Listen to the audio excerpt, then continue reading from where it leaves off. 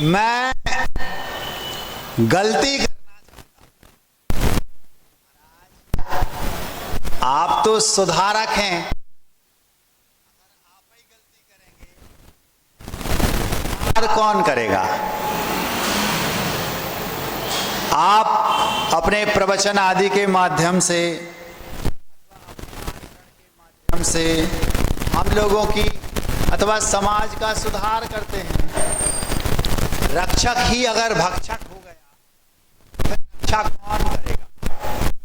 किसान ने खेत में गेहूं बोई और गेहूं की फसल को बचाने के लिए वो कांटों की बाड़ी चारों ओर लगा देता है ताकि गाय, बैल, जंगली और दूसरे जानवर उस खेत को नष्ट ना कर पाए। अगर वो बाड़ी ही खेत को खाने लगे तो फिर महाराज खेत की रक्षा कौन करेगा?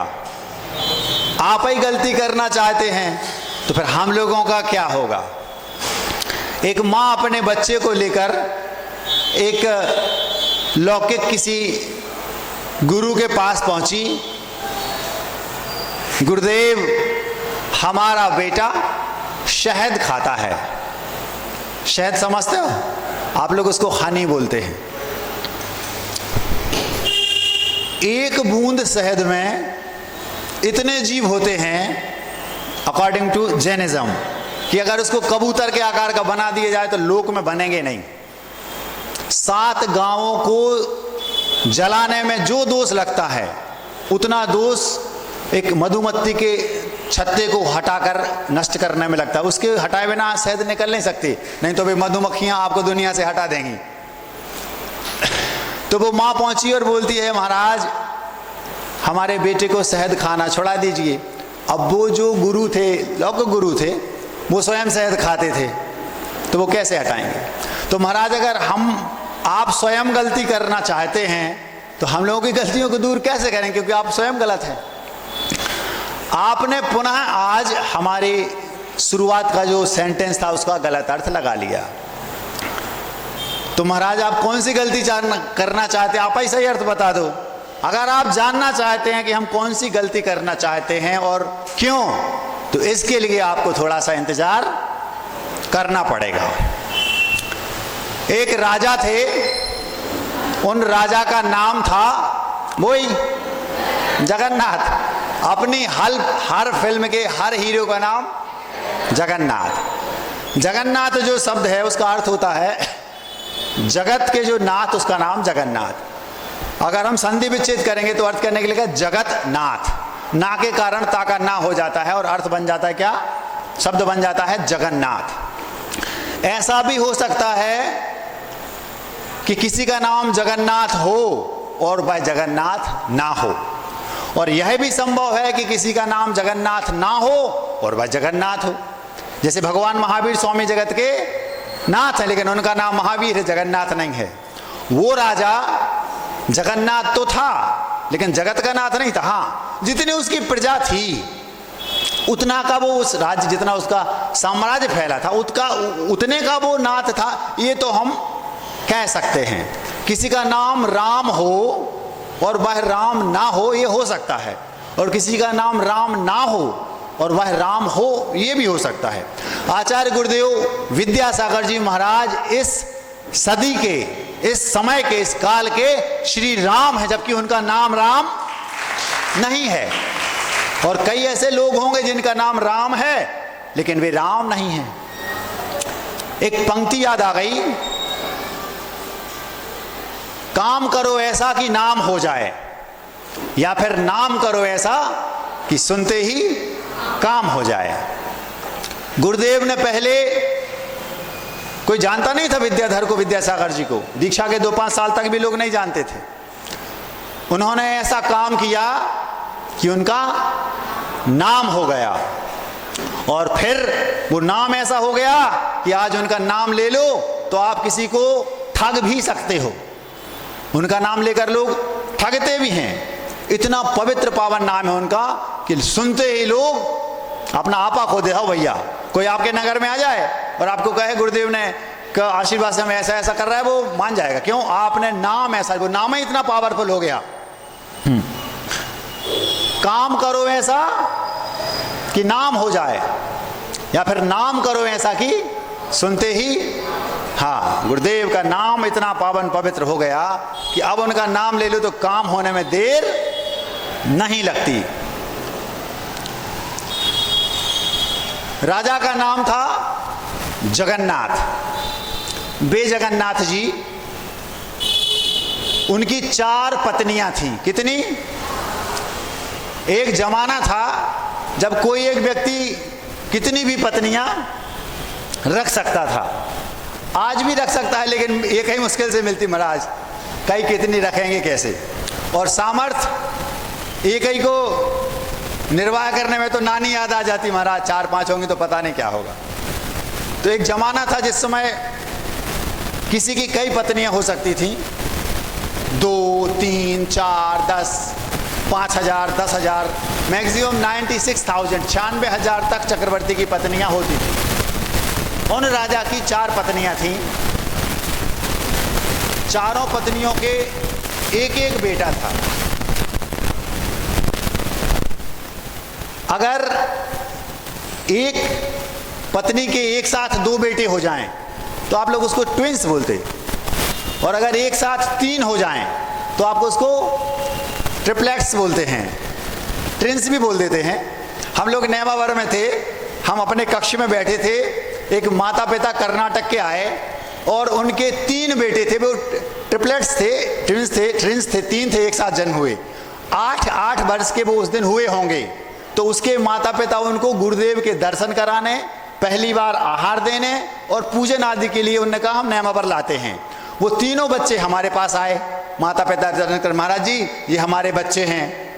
हमने कहा जी ये तो ट्रिपल रोल है, तीनों बिल्कुल नाक नक्शा एक सा, हेल्थ, हाइट, कलर, आंखें, नाक, सब कुछ बिल्कुल एक सा। ऐसा लग रहा था जैसे ये तीनों के तीनों एक ही हो, ट्रिपल रोल हो। एक फिल्म देखी थी हमने आज से 25, 30, 35 साल पहले, उसका नाम था नया दिन नई रात। उस फिल्म में उस हीरो का, उसके 9 रोल थे।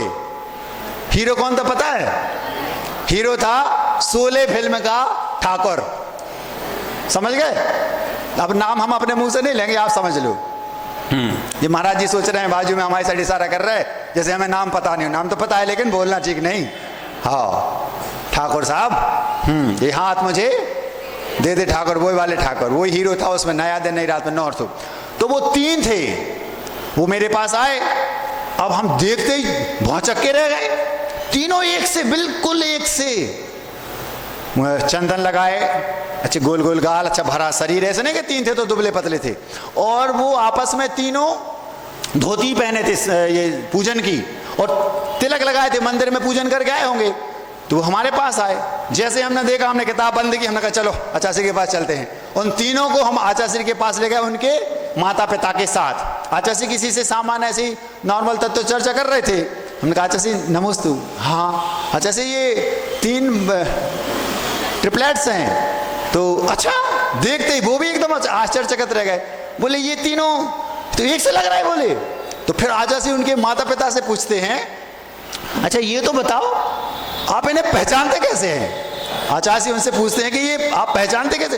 तीनों बिल्कुल इक्वल, एक से लग रहे। तो फिर उनकी माँ ने आचार्य को बताया, आचार्य वो इसके कान के नीचे एक तिल है, तो इससे हम पता लगा लेते कि इसका ये वो है, और इसके यहाँ एक कोई चोट वोट लगे होगी तो जर्रा सा निशान था। तो महाराज जी हम आचार्य हम इससे पता लगा लेते हैं। कभी कभी दूर से तो हम लोग हमें खुद कंफ्यूज हो जाते हैं। उनका नाम था मनन, मिलन और मंथन। हमें नाम भी याद आ गया, मनन, मिलन और मंथन। वो 3 एक साथ हुए थे। ये जिनकी हम बात कर रहे हैं राजा जगन्नाथ, उनकी 4 रानियां थीं, उनके 4 बेटे थे। अगर किसी के 2 होते तो ट्विंस, 3 होते तो ट्रिपलेट्स बोलते हैं, और अगर 4 होते तो उसको क्वाड्रेट्स बोलते हैं। वो 4 एक साथ होते, लेकिन ये वो नहीं थे। ये तो एक एक के पिता चारों के एक थे, लेकिन चारों की माएँ, और वो चारों आपस में देवरानी जिठानी भी नहीं कहलाएंगे, ये भी ध्यान रखना। देवरानी जिठानी कौन कहलाती हैं? भाई जिन पति अलग अलग हों, ये तो एक ही पति था तो वो आपस में सौत कहलाएंगी, 4 थी। अब जब वो बच्चे थोड़े से बड़े हो गए, 5-5, 6-6, 7-7 साल के हो गए, 8-8 साल के हो गए, यूं समझ लो। आजकल तो 2-2.5 साल का हुआ उसको प्ले स्कूल में डाल देते हैं, है ना, शुरुआत से ही। उस समय 5-7 साल तक तो बच्चे आजाद रहो, खेलो कूदो, मिट्टी पानी हवा खाओ, ये होता था। तो जब वो बड़े हो गए तब तक के संस्कार उन चारों की अपनी अपनी माओं ने उनको दिए। फिर उसके बाद उस समय व्यवस्था थी गुरुकुल व्यवस्था। हम आपको ये बताना चाह रहे हैं कि मैं गलती करना चाहता हूं, कौन सी, क्यों, इसकी भूमिका बना रहे थे। भूमिका बनने ही को है, बस गाड़ी पटरी पे लगभग आ चुकी है, तब तक लोग भी आ जाएंगे। अब चारों जब शिक्षा के योग्य हो गए, इससे यह भी सिद्ध होता है कि 2-2.5 साल का बच्चा शिक्षा के योग्य नहीं है, क्योंकि उसे अपना जीवन तो जी लेना, तो शुरू होते ही आपने उसके ऊपर बोझ लाद दिया। जब वो 8-8 साल के हो गए तो उन्हें आश्रम में भेजा गया। पहले व्यवस्था थी आश्रम व्यवस्था, उस समय आश्रम में बच्चे जाते थे और वहां पर उनको थ्योरिकल शिक्षा नहीं दी जाती थी, उनको प्रैक्टिकल शिक्षा दी जाती थी। प्रैक्टिकली क्या कि उनके जो गुरु होते थे वो उनका परिवार होता था, उनके स्वयं के बच्चे होते थे, उनकी पत्नियां होती थी, वो ये वाले गुरु नहीं होते, शिक्षा गुरु होते थे। तो उनके खेत होते थे, उनकी गायें होती थी, तो ये जो बच्चे रहते थे तो वो गायों को, वो उनके कर्मचारी ना होकर ये जो पढ़ने वाले बच्चे होते थे वे स्वयं खेती करते थे, गुरु उनके हाथ से खेती करवाते थे, उन्हीं के हाथ से वो उनको आश्रम में कोई मकान वगैरह बनाना, कमरा बनाना तो वो बनवाते थे, उन्हीं के हाथ से झाड़ू आदि सब करते, तो वो सारे बच्चे प्रैक्टिकली शिक्षा ग्रहण करते थे। भोजन भी उन्हीं से बनवाते थे, सबकी पारी लगती थी, सोमवार को इनको, मंगलवार को इनको, आदि आदि। और गायों आदि की सेवा, दूध को कैसे दोहना, घी कैसे बनाना, ये सब वो लोग प्रैक्टिकली सीखते थे। इसके साथ साथ विज्ञान की शिक्षा प्रैक्टिकली, इसके साथ साथ राजनीति की शिक्षा भी वहां दी जाती थी, और धनुर्विद्या आदि भी उस समय सिखाई जाती, क्योंकि उस समय ये परमाणु बम तो चलते नहीं थे। उस समय क्या होता था, तीर कमान, धनुष बाण आदि आदि। तो उनको अच्छे एक योग्य गुरु पूरी तरह से सुशिक्षित कर देते थे।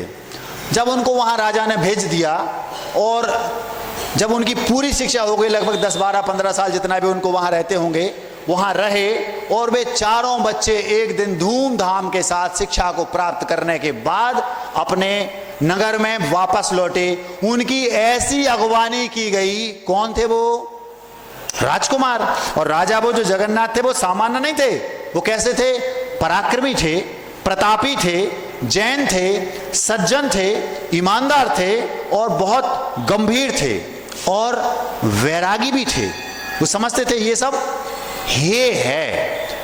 अब जब वो पता चला कि राजकुमार आ रहे हैं तो बिल्कुल वैसी अगवानी हुई जैसी आप कुछ दिनों बाद अपने जो 8वां मंदिर का पंचकल्याण के लिए जो प्रतिमा आने वाली है उसकी अगवानी करने आप लोग जैसे धूमधाम से जाएंगे।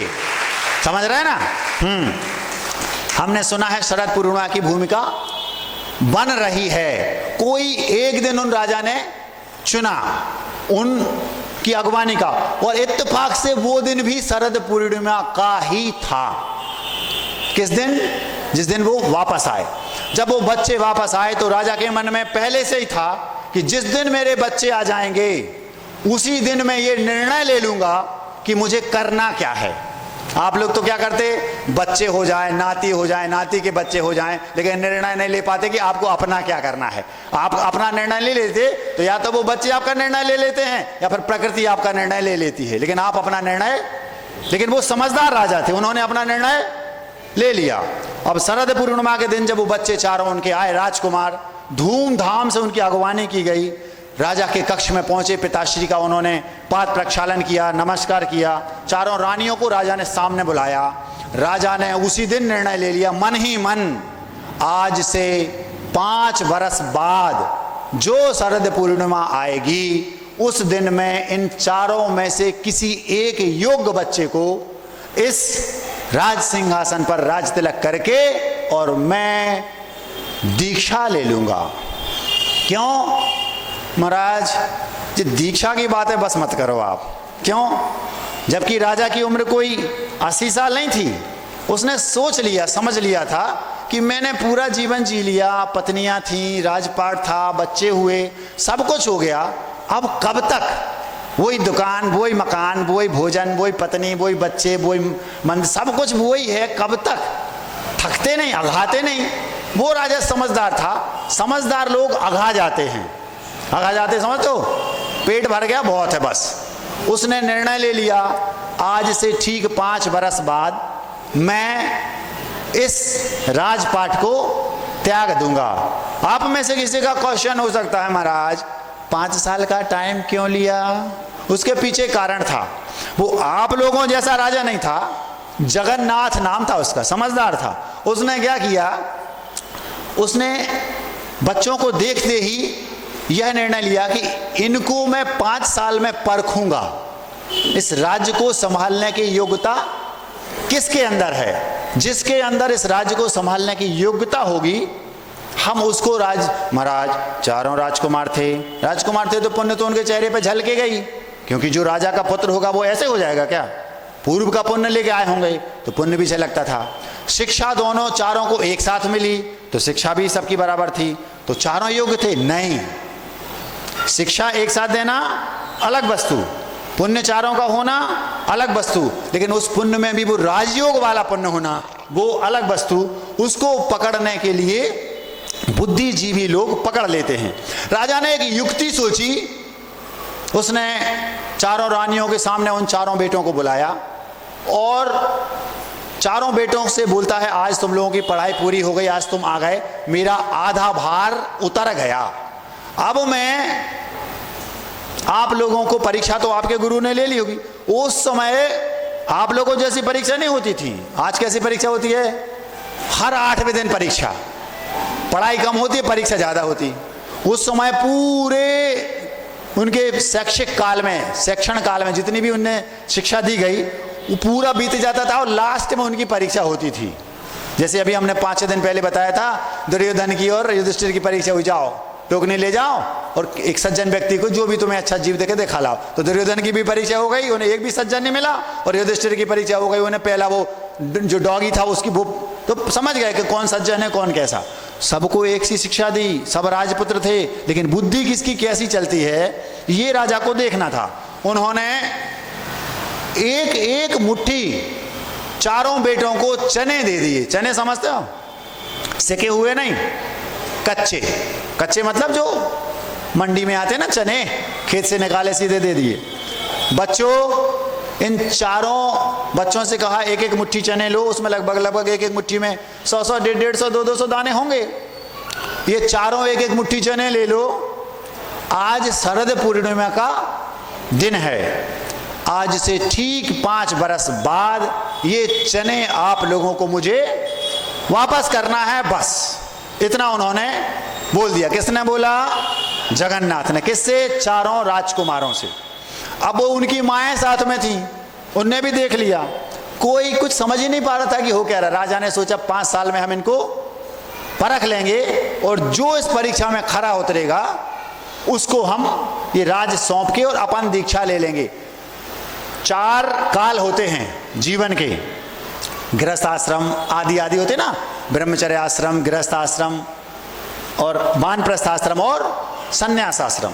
जो जिनके नाती पूते बड़े बड़े हो गए हैं, अब उनको उस ओर जाना चाहिए। राजा बिल्कुल वैसा ही था, रोज पूजन करने जाता था, लेकिन राजकार्य में भी बहुत निपुण था। उसने बुद्धि लगाई, 5 साल बाद और ये थोड़े से परिपक्व हो जाएंगे, इन 5 सालों में हम इनको और अच्छे से समझा देंगे, और जैसे ही ये 5 साल बाद शरद पूर्णिमा आएगी, हम इन 4 के पूछेंगे कि क्या हुआ, और उनमें परख करके इनको योग्य व्यक्ति को हम राज्य सौंप करके और उसी दिन मैं वन की ओर चला जाऊंगा, दैगंबरी दीक्षा ले लूंगा। आप लोगों को सोचना चाहिए, एक राजा दीक्षा ले रहा है, आखिर बात क्या है? जिसके पास सब कुछ होता है वो राजा होता है, वो संतुष्ट नहीं था। उसको ये लगता था अब मैं कुछ भी नहीं रखूंगा तो महाराजा कहलाऊंगा। जिसके पास सब कुछ है वो राजा, और जिसके पास कुछ नहीं है वो महाराजा। उसको राजा में संतुष्टि नहीं थी, वो महाराजा बनना चाहता था। आप लोग घर में रहते हो, कोई वैल्यू नहीं है घर में, पता है हमें, लेकिन फिर भी अपने मन में अपने ही राजा महाराजा हो, कोई बात नहीं। चारों को एक एक मुट्ठी चने दे दिए। बच्चों 5 बरस बाद आज के ही दिन मुझे ये वापस दे देना बस। जी पिताजी। चले गए। माताएं भी कुछ समझी नहीं, बच्चे भी जो अपनी बुद्धि जितनी थी समझे और आगे बढ़ गए। जो पहला बेटा था उनकी उम्र में ज्यादा अंतर नहीं था, महीने 2-2 महीने का था, क्योंकि अलग अलग माएँ थी उनकी। जो पहला बेटा था उसने बुद्धि लगाई। पिताजी ने, पिक्चर अब यहां से शुरू हो रही है। मैं गलती करना चाहता हूं, यहां से हमने शुरुआत की थी। अब वो गलती क्या करना चाहता हूं वो इसमें छुपा है। उस बेटे ने सोचा चने के दाने हैं, पिताजी ने कहा है कि हमें 5 साल बाद वापस करना, तो भैया अपन को अपनी ओर से कुछ नहीं करना। जितना पढ़ाया, जितना लिखाया, जितना समझाया, बड़ों ने जो कह दिया वो ही करना। उनको अपन को 5 साल बाद चने वापस करना है। कुछ बच्चे ऐसे होते हैं, उनको आप जितनी शिक्षा दे दो बस उतना नहीं करना। बा जाओ बेटा घोड़े को पानी दिखा लाओ। वो गया और घोड़े को पानी दिखा के, देखो घोड़ा को पानी भरा है ना, वापस आ गया। भाव क्या था कि घोड़े को पानी दिखा लाओ मतलब पानी पिला लाओ। लेकिन उन्होंने क्या किया, क्योंकि अपन को अपनी ओर से कुछ नहीं, कुछ करूंगा तो गलती हो जाएगी, और अगर गलती हो गई तो अपन गलत सिद्ध हो जाएंगे। गलती नहीं करना। अपन को जितना कहा उतना, उन्होंने कहा दिखा लाओ दिखा लाओ, वो कहते थे पिला लाओ पिला लाए। ऐसा था, वो शब्द पकड़ लिए, जो जितना कहा हमें उतना ही करना। हम अपनी भाषा में ऐसे बच्चों को बोलते हैं पप्पू, लल्लू भी बोल सकते हैं। ये बच्चे कौन से होते हैं, भोंदू भी बोल सकते हैं। भोंदू शब्द बहुत अच्छा है, भोंदू, पप्पू, लल्लू। उनको भोंदू बनाने में जैसा उस रानी का हाथ था, वैसे ही आपके अगर बच्चे लल्लू, पप्पू, भोंदू हैं, इसमें आपका हाथ ज्यादा है। क्यों है ज्यादा महाराज? इसलिए है, आपने बच्चे को बुलाया, बेटा ये 500 रुपए लो, एक थैला पकड़ा दिया, थैला लो और जाओ बाजार से सब्जी ले आओ, और एक लिस्ट पकड़ा दी, आधा किलो भिंडी, 1 किलो टमाटर, 50 ग्राम कोथमीर, 100 ग्राम अदरक, आदि आदि आदि दे दी। अब वो गया और जितना आपने दिया लिस्ट बना के दी, वो बिल्कुल उतना का उतना ले आए, क्योंकि अपन को जो कहा उससे अपनी ओर से कुछ ज्यादा नहीं करना। अब पता चला वहां पर सीताफल रखे थे नए नए, बिल्कुल अब भी आए। अब पिताजी को, दादाजी को पता होता तो वो सबसे पहले लिस्ट में क्या लिखते, सीताफल। उनको पता ही नहीं थे कि आने लगे। आपने बुद्धि नहीं लगाई कि दादाजी को पसंद है, ले चलो एक ही में दादाजी प्रसन्न हो जाएंगे। अपन को जो कहा केवल उतना करना। तो लिस्ट बना के दे दी, वो ले आया, गलती होने का सवाल ही नहीं है। लेकिन सीखेगा क्या? कुछ नहीं, जितना बोला उतना करना। तो आपकी गलती कहाँ हो गई? अब बच्चा बड़ा हुआ, थोड़ा और बड़ा हुआ, पिताजी किताबें चाहिए, हाँ हम साथ में चलेंगे। पिताजी घड़ी चाहिए, माँ साथ में गई घड़ी दिला दी। जीन्स चाहिए, पिताजी साथ में गए जीन्स दिला दिया। अब उसको 25 साल का हो गया, अब उससे कहा बेटा जाओ ऐसा ऐसा कर लो। भोंदू है वो, क्यों? उसको कुछ नहीं आता। क्यों? क्योंकि आप साथ में जाते थे। करना क्या था आपको ये करना था, बेटा ये 500 का नोट लो, थैला लो, जाओ सब्जी ले आओ। महाराज जी सब्जी का बोलते तो मंगाने थे 1 किलो टमाटर, वो 5 किलो ले आता। एक ही बार लाता ना, पहली बार वो गलती करता, लेकिन वो स्वयं बुद्धि लगाता, निर्णय लेता क्या लेना है क्या नहीं। पहली बार वो गया, लाने थे टमाटर 1 किलो, ले आया 5 किलो। फ्रिज में देखा आम रखे हैं 5 किलो, लेकिन वो फिर 5 किलो और ले आया। पहली बार गलती करेगा, क्यों? उसने अपनी बुद्धि लगाई। जैसे ही वो पहली बार गलती करेगा, घर आएगा, माँ कहेगी पगले तुम्हें इतना तो जब सब्जी का बोला कि सब्जी ले आओ, फल ले आओ, तो तुम्हें देखना तो चाहिए माँ क्या है क्या नहीं है। अपनी बुद्धि तो लगा, फ्रिज खोल के देख लो क्या है क्या नहीं है। लेकिन आपने क्या किया, लिस्ट बना के दे दी। आपने अपने बच्चे को भोंदू बनाने की शुरुआत कर दी। आप लिस्ट दे देते, एक बार वो आप बेवकूफ बनता, एक बार वो गलती करता, स्वयं प्रयास करता, धीरे धीरे धीरे धीरे वो 1-2 बार में वो गलती दूसरी बार नहीं करता। जब आप दूसरे हफ्ते उसको फिर लिस्ट दे देते, वो 500 का नोट देते, थैला दे देते, वो क्या करता, पहले फ्रिज देखता, क्यों पिछली बार हमसे गलती हो गई। तो गलतियां कब होंगी, जब वो प्रयास करेगा। महाराज जी हमारे बेटे ने आज तक कभी कोई गलती, इसका मतलब है आपके बेटे ने कभी कोई प्रयास, नया प्रयास ही नहीं किया। जो व्यक्ति नए प्रयास करेगा डेफिनेटली वो गलतियां, आपकी मां ने जब पहली बार जीवन में रोटी बनाई होगी, आज आपकी मां या आप स्वयं चंद्रमा के आकार की रोटी बनाती हैं, लेकिन जब पहली बार बनाई थी, हमें सबकी पता है भारत का नक्शा बना था कि नहीं, बना था कि नहीं। जब तक भारत का नक्शा नहीं बनेगा चंद्रमा बन नहीं सकता, लिख लो। इस सदी के महानतम दिगंबर आचार्य गुरुदेव विद्यासागर जी महाराज शुरुआत के 5, 7, 8, 10 साल तक तो गलतियों पे गलतियां करते थे। महाराज जी कैसे, ऐसे कि वो अपने गुरु से प्रायश्चित लेने गए, उन्होंने 50 प्रसंग सुनाए कि मैंने गुरुजी से ये प्रायश्चित लिया, ये लिया। इसका मतलब क्या, गलतियां की होंगी। तो जब तक हम गलती नहीं करेंगे तब तक हम आगे कैसे बढ़ेंगे, समझ में आ रहा ना। आचार्य विद्यासागर जी महाराज की जिस दिन दीक्षा होनी थी, उस दिन अजमेर में, राजस्थान में, उस दिन आचार्य ज्ञान सागर जी महाराज जी के पास कई सारे विद्वान, मतलब श्रेष्ठी वर्ग, सेठ जी पास पहुंचे। महाराज ये 21-22 साल का नया लड़का है, आप इसको दीक्षा क्यों दे रहे हैं, ये क्या है, ये तो बहुत छोटा है। तो आचार्य महाराज ने कहा, आपको ये वयोवृद्ध नहीं दिख रहा है, वयोवृद्ध वय माने होता उम्र, वयोवृद्ध नहीं दिख रहा है, लेकिन ये वयोवृद्ध बस नहीं है, ज्ञान वृद्ध हैं, तपोवृद्ध हैं, चर्या में वृद्ध हैं, आत्मशक्ति विल पावर में व्यक्त हैं, वृद्ध हैं, और अपने आवश्यकों को पूरा करने में एकदम जो चारित्र है उनका, बहुत हर काम में वृद्ध हैं, गंभीर हैं, समझदार हैं। महाराज कुछ भी हो, हम तो दीक्षा के लिए समर्थन नहीं करते। क्यों महाराज जी, उम्र तो होना चाहिए। थक गए आचार्य ज्ञान सागर जी, क्यों, जिसकी दीक्षा देनी उसका विरोध कर रहे हैं ये लोग। वो भागचंद जी, सोनी आदि बहुत सारे लोग थे उस समय, वृद्ध लोग। तो जब ज्ञान सागर जी थक गए, उनको समझाते समझाते फिर उन्होंने एक ब्रह्मास्त्र छोड़ा। ठीक है वो वृद्ध नहीं है ना, आप वृद्धों में से कौन तैयार है, दीक्षा की डेट तो हमने फिक्स कर दी, आ जाओ, हम उसको दीक्षा नहीं देंगे। आप में से कोई एक तैयार हो जाओ, हम उनको नहीं देंगे, समझ गए। जब बूढ़े लोग, पैरा के बूढ़ों को नहीं आएगा तो क्या करेंगे, कुछ तो करना पड़ेगा। तो समझाने के लिए उन्हें युक्ति अपनाई, सब शांत चुपचाप दीक्षा हो गई, किसी ने कुछ नहीं कहा, भैया दे लो, समझ गए ना। ऐसा उनकी दीक्षा हो गई। दीक्षा होने के बाद उन्होंने शुरू के 10, 15, 20 वर्षों में एक गलती की और उस गलती को दोबारा नहीं किया। तो जब भी हम कोई नया कुछ करना चाहते हैं 100% गलती होगी। जितने लोग भगवान बने हैं, बन रहे हैं, बनेंगे, उन्होंने सबने गलतियां की। अगर गलती नहीं की तो दीक्षा लेते ही अंतर्मुहूर्त में केवल ज्ञान हो जाना चाहिए। केवल ज्ञान नहीं हो रहा, इसका मतलब कहीं ना कहीं गलती हो रही है। ये गलती ही बता रही है कि मुझे उस गलती को सुधारना है गलती को, और मुझे सुधारना है। अंत क्षण तक हर कदम पर संवरता ही जाऊं मैं, ठोकरों से सीखूं सुधरूं, दोष ना दोहराऊं मैं।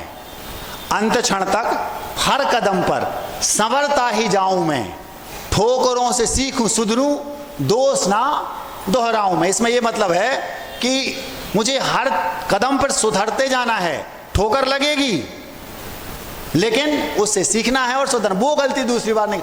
एक बार आपको किसी ने धोखा दिया, धोखा देने वाले को धिक्कार है। उसी व्यक्ति ने आपको उसी प्रकार का धोखा दूसरी बार दे दिया, इस बार आपको धिक्कार है। क्या कहा, अगर आपने एक बार गलती की, किसी ने आपको धोखा दे दिया, तो धोखा देने वाले को धिक्कार है। लेकिन दूसरी बार आपने फिर से धोखा खा लिया, इस बार आपको धिक्कार है। क्यों, आपने दूसरी बार वो सुधरे क्यों नहीं, संभले क्यों नहीं। तो गलतियां जब करोगे, जब आप प्रयास करोगे। प्रयास उसने कुछ नहीं करना, क्यों, हमें गलती नहीं करना, वो भोंदू बन जाएगा। और भोंदू बनने में योगदान किसका, आपका, आपने अपने बच्चों को भोंदू बनाया है, उसमें आपका ही योगदान है। क्यों? अगर आप अपने बच्चों को निर्णय लेने के लिए स्वतंत्र छोड़ देते, नजर रखते, नजर पूरी रखते, 500 का नोट दिया, ज्यादा से ज्यादा पूरा भी अगर ये ठगा जाएगा तो 500 जाएंगे ना, लेकिन 500 में वो बेटा 5000 करोड़ की दिमाग निर्णय लेने की क्षमता आ जाएगी। वे बच्चे जिनके माता पिता ने उनको 500 का नोट दिया, छोड़ दिया, जाओ, एक बार ठगा जाएगा ना। 5 लाख रुपए वर्ष के खर्च करके जो शिक्षा मिलनी थी वो 500 में मिल रही उसको, ये नहीं सोच रहे आप।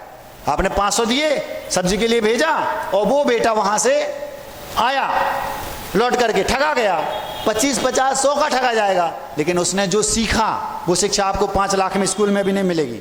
धीरे धीरे धीरे वो एक एक गलती से सीखेगा, सुधरेगा, सीखेगा, सुधरेगा, और धीरे धीरे धीरे वो जो छोटे छोटे निर्णय लेना उसने शुरू किया, आज वो मोदी जैसे बड़े बड़े निर्णय लेने लगेगा।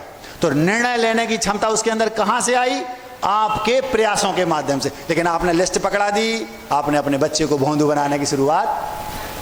वो बेटा वापस अपन वहीं चलते, कहां? जगन्नाथ, उनका पहला बेटा, उसको उन्होंने चने के दाने दिए।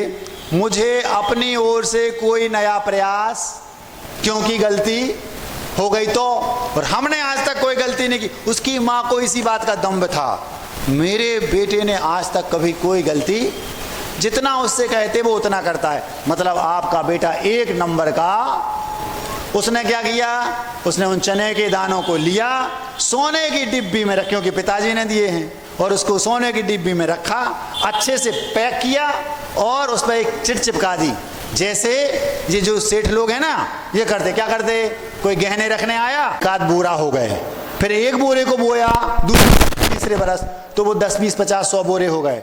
फिर चौथे बरस फिर वो हर बार वो गलतियां कर रहा है, और उसमें सुधार, हर बार वो गलतियां तो कर रहा है, लेकिन वो गलती जो पहली बार की वो दूसरी बार नहीं कर रहा, दूसरी बार की वो तीसरी बार नहीं कर रहा, तीसरी बार की वो चौथी बार नहीं कर रहा। जैसे बिटिया को रोटी बनाना सिखाया, पहली बार भारत ने नक्शा बनाया, कोई बात नहीं बेटा ऐसा नहीं करते, अगर उसको ज्यादा जोर लगाओगे बीच में बेलन में तो किनारे पे मोटी हो जाएगी। ऐसा घुमाते घुमाते उसने जो गलती एक बार की वो दूसरी बार नहीं की, दूसरी बार दूसरी गलती की। माने ऐसा करते करते 8, 15, 25 दिनों में उस बिटिया को गोल रोटी बनाना सिखा दिया। बिल्कुल ऐसे उसके साथ हुआ। तो वो प्रैक्टिकल भी कर रहा है और सीख भी रहा है और सुधर भी रहा है। एक बार गलती हुई, कोई बात नहीं, हो गई हो गई, दूसरी बार वो गलती नहीं करना। जो गलती दूसरी बार की उसको तीसरी बार नहीं किया। ऐसा करते करते करते करते गलतियां की, लेकिन गलती दूसरी बार ना करके उसमें सुधार किया और नई नई चीजें स्वयं सीखी। ज्ञानार्णव ग्रंथ में हम लोगों के लिए लिखा है, आप दीक्षा ले लो, आसन सिद्ध कर लो, और आसन सिद्ध करने के बाद ध्यान के उसमें 10 स्थान बताए हैं। कहां कहां ध्यान लगाओ? भ्रूग्रहांतरे, दोनों भौहों के बीच में, मस्तक बिंदु पर और कर्णपुट पर, ऐसे ऐसे 10 स्थान लिखे उसमें, गाथा है। और लास्ट में उसके बाद एक गाथा लिखी है, जब एक योगी उस ध्यान में निपुण हो जाता है तो ध्यान के नए नए नए नए नए नए स्थान उसको अपने आप प्रकट होते चले जाते हैं। क्यों होगा? जब कौन करेगा ये? जब वो प्रैक्टिकल करेगा। जैसे कोई किसान है, उस किसान ने खेत में गेहूं बोए, एक बार जो गलती की वो दूसरी बार नहीं की। जब वो अभ्यस्त हो जाता है तो धीरे धीरे वो नए नए प्रयोग करता है। अगर हम इस खेत को ऐसे ना बो के ऐसा बोएंगे, इस बार हर बार ऐसा ट्रैक्टर चलाते थे, इस बार ऐसा चलाएंगे तो फायदा ज्यादा होता है। तो वो नए नए प्रयोग करते करते और ज्ञान उसका, एक दिन एक कंडीशन बनती है कि वो बहुत ज्यादा कुशल कृषक बन जाता है। बिल्कुल यही उसके साथ हुआ।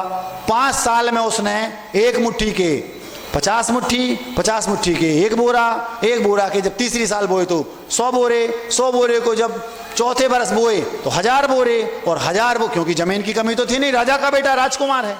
5वें बरस जब बोए, लास्ट में अंतिम में, तो वो घर में जगह नहीं, गोदाम वेयर हाउस पूरा भर गया। अब पहले बेटे ने क्या किया? चारों बेटे को राजा ने एक एक मुट्ठी चने दिए। राजा क्या परखना चाहते हैं राजा बनने की योग्यता किसके अंदर है और तीनों में किस में क्या योग्यता है। डिग्रियां चारों के पास एक सी, चारों राजकुमार, चारों अलग अलग रानियों के, चारों रानियों से ये कहा था, चारों रानियां चाहती थी मेरा बेटा राजा बने, तो रानियों को बुलाकर एक बार स्पष्ट कर दिया था, मैं परीक्षा करूंगा, जो मेरी परीक्षा में उत्तीर्ण होगा मैं उसको राजा बनाऊंगा और बाकी उनको उनकी योग्यता के अनुसार पद दूंगा। अब जब समय बहुत हो गया, अपन आगे चलते हैं, जल्दी उसको समेटते हैं। चारों बेटों को पहले बेटे ने चने कहाँ रख दिए, डिब्बी में भर बंद के, सोने की डिब्बी में और अंदर। हमें कुछ भी नया प्रयोग, क्योंकि नया प्रयोग करेंगे तो गलती होगी तो अपन को गलती करना नहीं, क्योंकि हमारे पास टैग लगा है। हमारी माँ सबसे कहती फिरती, मेरे बेटे ने आज तक कभी कोई गलती ही, पक्का है कि उसने कोई नया प्रयोग ही, भोंदू है एक नंबर का, है ना। ये दूसरा जो बेटा था वो कौन सा था, राजनीति में दक्ष था, यहाँ वहाँ की इसकी टोपी उसके सर, उसकी टोपी फेंकने में माहिर। हाँ, ये तो प्रवक्ता बनने लायक था। प्रवक्ता समझते जी, बड़ी बड़ी जो राजनीतिक पार्टी उनके प्रवक्ता होते हैं, बस उनका एक ही काम है, उनसे बुलवा दो, रजिस्टर्ड होते वो। दूसरे बेटे ने चनों को फेंक दिया। तीसरे बेटे ने थोड़ा सा प्रयास किया, लेकिन प्रयास करने के बाद उसको लगा गलती हो गई, गलती हुई तो गड़बड़ हो जाएगा, इससे अच्छा तो खा लो, और उसने उनको तला भूंजा और खा लिया। चौथे बेटे ने बुद्धिपूर्वक बढ़ाया और बढ़ाते बढ़ाते बढ़ाते गोदाम पूरी चारों बेटों का ये हश्र हुआ। अब शरद पूर्णिमा आ गई। राजा सुबह, राजा का नाम क्या, जगन्नाथ। राजा उठे, सुबह सामायिक की, फिर उसके बाद प्रतिक्रमण किया, फिर उसके बाद भगवान का अभिषेक किया, नहाया धोया, पूजन की। आज राजा बहुत प्रसन्न था। आप होते तो क्या करते, दुखी होते, आज हमें जाना पड़ रहा है।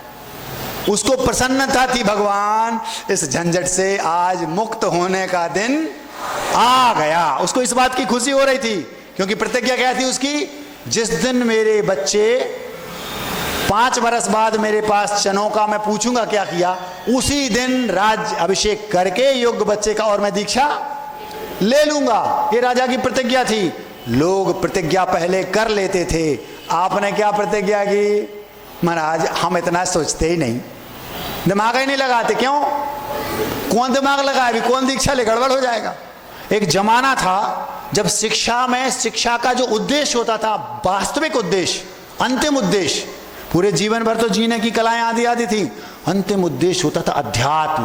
वो शिक्षा का मूल उद्देश्य था कि जब व्यक्ति सब कुछ कर चुका तो अध्यात्म का सहारा लेके, अध्यात्म मतलब अधि आत्म, अधि मतलब निकट पास, अब मुझे अपने पास रहना है। जैसे ही व्यक्ति नाती पोते हुए, बस बहुत हो गया, वही दुकान, वही मकान, वही पत्नी, वही बच्चे, वही सब कुछ, वही कब तक, वही रोटियां, वही पराठे कब तक खाएंगे, बात खत्म। ये होता था। तो फिर वो अध्यात्म का सहारा लेके अपनी आत्मा को परमात्मा बनाने की प्रक्रिया में लग जाता था और 2-3 भाव के अंदर भगवान बन जाता था। जो लोग अभी सभा में बैठे हैं, 60, 70, 80 प्लस भी हो सकते हैं, उनका अभी कुछ नहीं बिगड़ा। जब जागे तभी सवेरा। एक मुनिराज पूरे जीवन में तपस्या करके अंत में समाधि मरण के लिए ये पूरा जीवन जीते हैं कि समाधि मरण हो जाए। उक्कसेन 2-3 भव गहणानी जगन्नैन 7-8 भव गहणानी, ये हम लोगों के लिए प्रतिकरण में आता है। मतलब अगर समाधि पूर्वक उन मुनिराज का मरण हो गया, उत्कृष्ट से 2-3 भव में भगवान बनना निश्चित है, और ज्यादा से ज्यादा 7-8 भाव। लेकिन अगर किसी श्रावक ने पूरा जीवन जिया और इतना पता चल गया कि अब आप जाने वाले हो, उस समय भी उसको उस अध्यात्म विद्या का सहारा लेकर उसने व्रतों को, प्रतिमा के व्रतों को धारण कर लिया और समाधि पूर्वक, संलेखना पूर्वक समाधि मरण कर लिया, उसके लिए और मुनिराज के लिए कुछ अलग से नहीं लिखा। उसके लिए जिसका समाधि मरण हो जाए 2-3 भाव 7-8 भाव, ऐसा नहीं लिखा कि मुनिराज को ज्यादा और श्रावक को कम। कितनी बड़ी बात है, सोचो तो। आपके पास अभी कुछ नहीं बिगड़ा, अभी भी आप जाग गए। 2-5 साल बचे हैं, अब बहुत हो गए, बीवी बच्चे पत्नी घर दुकान मकान रोटी पराठे कड़ी बाफले ढोकले जो सब हो गया। अब क्या, अब मुझे अध्यात्म विद्या का, लेकिन गड़बड़ कहाँ है, आपको जो शिक्षा मिली अथवा आपको जो शिक्षा दी जा रही है उसमें अध्यात्म का कोई नाम ही नहीं है। अध्यात्म तो ठीक प्रथमान योग की बातें पहले शिक्षाओं में बताई जाती थी। बेटियों को यह पढ़ाया जाता था अंजना का जीवन चरित्र, सीता का जीवन चरित्र। उन्हें लगता था ब्रह्मचर्य व्रत क्या है, शील व्रत क्या है, पतिव्रता होना क्या है, उसकी महिमा उन्हें पता होती थी। लेकिन आज सब हटा के डेविड की, जॉनसन की, माइकल होल्डर की, इनकी कहानियां बच्चों को पढ़ाई जाएंगी। समझ में आ गया? क्या शिक्षा मिलेगी उनको? अध्यात्म का आज की शिक्षा से निकाल दिया गया है, जबकि वो मूल शिक्षा का उद्देश्य था। उन राजा को वो शिक्षा मिली थी। आप लोग पुण्यवान है, कम से कम आपको ये बताया तो जा रहा है। सुनने के बाद आप मानो नहीं मानो आपकी समस्या, कि वो हमारा काम है, मानो चाहे नहीं मानो, और अपन ने तो रास्ता पकड़ ली, तुम जानो। समझ रहे ना? बस राजा ने शरद पूर्णिमा के दिन चारों को बुलाया, चारों रानियां आ गईं। अब जो शिक्षा के पहले घर में उन माओ ने उनको, प्रथम शिक्षिका कौन? माँ। उनने 7-8 वर्ष तक जैसी उनको ढाला था। हम जब दूसरी कक्षा में पढ़ते थे उस समय एक किताब हिंदी में एक आया था, बच्चे गीली मिट्टी के समान होते हैं। माता पिताओं ने जिस रूप में चाहें उस रूप में ढालें, चाहे राक्षस बनाएं चाहे देवता। ये पंक्ति हम लोगों को गद्य में आती थी उस समय, शायद मुंशी प्रेमचंद की थी, हमें ज़्यादा अच्छे से तो याद नहीं, दूसरी कक्षा की बात है। आप कि उन चारों रानियों ने उन बच्चों को जो 7-8 वर्ष तक, जब तक वो घर में रहे तब तक जैसा समझाया, जिसकी जैसी सोच थी वैसा समझाया। बुंदेलखंड में एक कहावत आती है, आप लोगों ने सुनी होगी, जैसे जे के बाप मताई वैसे ऊँके लड़का, और जैसे जहाँ के नदियाँ नाले उतः के ऊँ से भरका। भरका समझते हो? छोटी नदी होगी तो जो गड्ढे हो भरका वो कहलाते हैं, मिट्टी का कटाव होके जो गड्ढे वगैरह हो जाते ना, उसको भरका बोलते हैं। तो छोटी नदी होगी तो भरका छोटे होंगे, और बड़ी नदी होगी तो भरका बहाव ज़्यादा होगा, मिट्टी का कटाव ज़्यादा होगा। तो जैसे जहाँ के नदियाँ नाले वैसे मुँह के भरका, और जे के जैसे बाप मताई ओ के ऊँ से लड़का। इसलिए कहते हैं माता पिताओं को पहले संस्कारित होना चाहिए, तभी तो बच्चे संस्कारित होंगे। अगर माता पिता छोटे नदियाँ नाली हैं तो उनके भरका भी छोटे छोटे होंगे। समझ गए ना?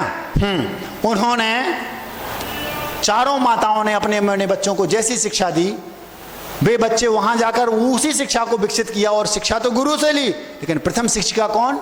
माँ। 8 वर्षों में अगर उन माँ ने उन बच्चों को वो संस्कार दिए होते तो शायद आज वो चारों बच्चे योग्य हो जाते। ये तो बाहरी कारण है। अंतरंग कारण का राजयोग किसका था?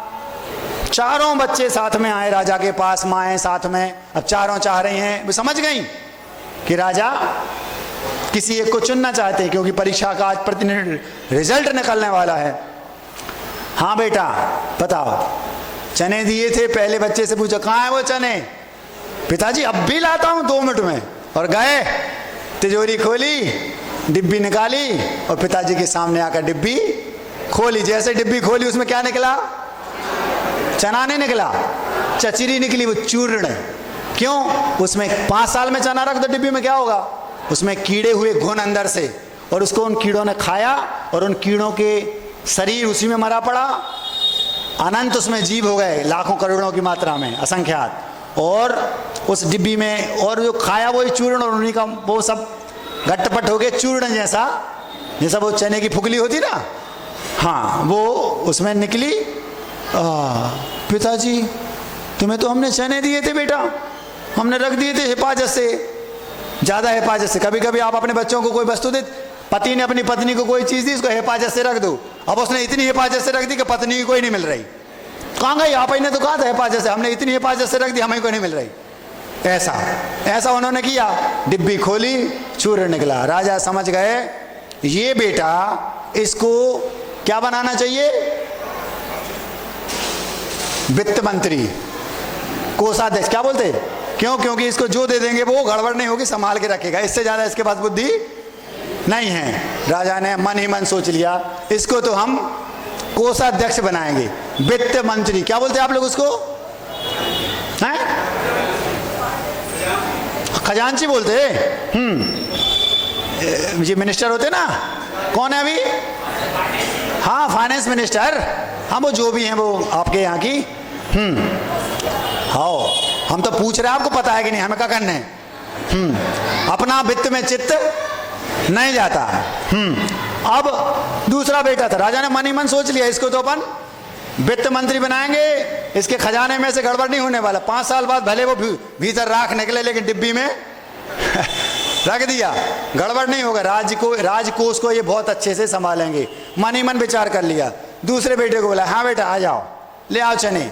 अच्छा चने, उसने भैंसे के भैंसे चने रख दिए। ये वही चने? जी पिताजी आपने दिए थे वही हैं।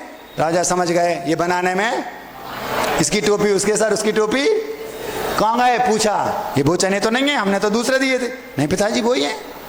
समझ गए आपके घरों में, आपके यहाँ ऐसे बच्चों की लाइन लगी है।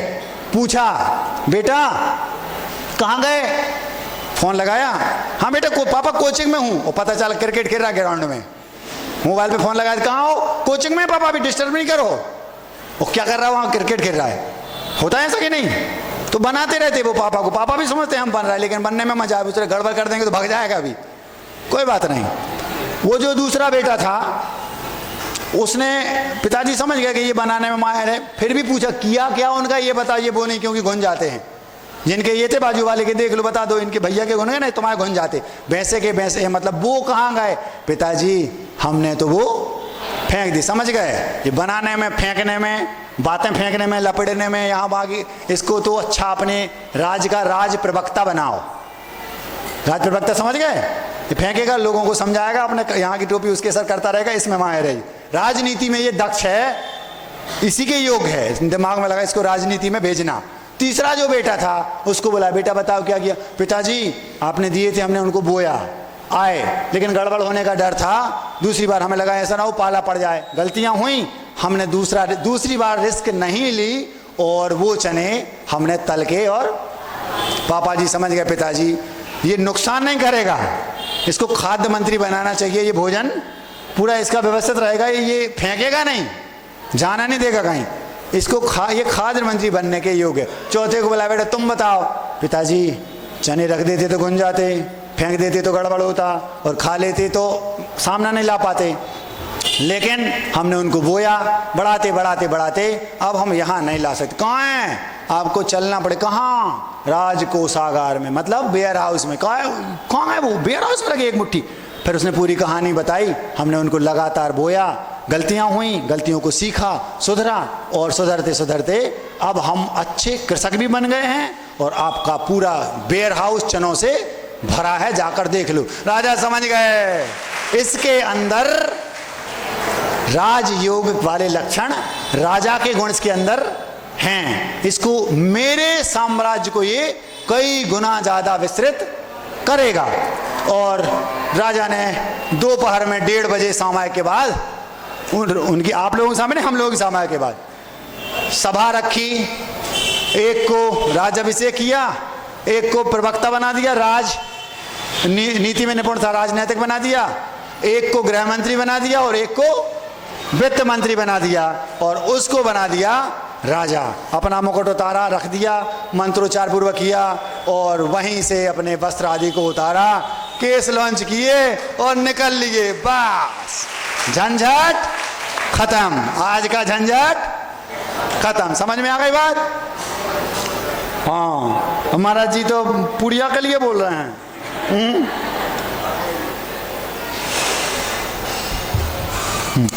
महाराज जी कुछ और बोल रहे हैं, कह रहा भैया ये कोई और है। आज का वक्त थोड़ा सा ज्यादा हो गया क्या? क्यों करते हो गुरु अपने नकली ठाट पर, मुट्ठी भी खाली है रहेगी जब पहुंचोगे घाट पर। महाराज जी ने कहा बहुत अच्छा, समझ में आ गया इसका अर्थ, कितना गहरा इसका अर्थ है कि अभी आप गुरूर कर रहे हो, और जब घाट पर पहुंचोगे तो दोनों हाथ खाली रहेंगे। आपको आज के इस वक्तव्य से ये सीखना है, बहुत हो गया, अब हमें उस राजा जैसा अपने बच्चों को जो योग जितना उसको सौंपो और निकल लो, नहीं तो निकाल दिए जाओगे। बुद्धिपूर्वक निकल लो, नहीं तो ये भी महाराज जी का है, ओंकार सागर जी का, हमने बोल दिया, इन्होंने पहले बताया था, या तो बुद्धिपूर्वक निकल लो, नहीं तो निकाल दिए जाओगे। ये दूसरा हमने शुरुआत की थी, मैं गलती करना चाहता हूं, कौन सी गलती? जो गलतियां आचार्य गुरुदेव विद्यासागर जी महाराज ने की। क्यों?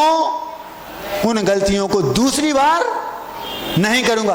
अगर मैं गलतियां नहीं करूंगा तो मतलब मैंने नया प्रयोग नहीं किया।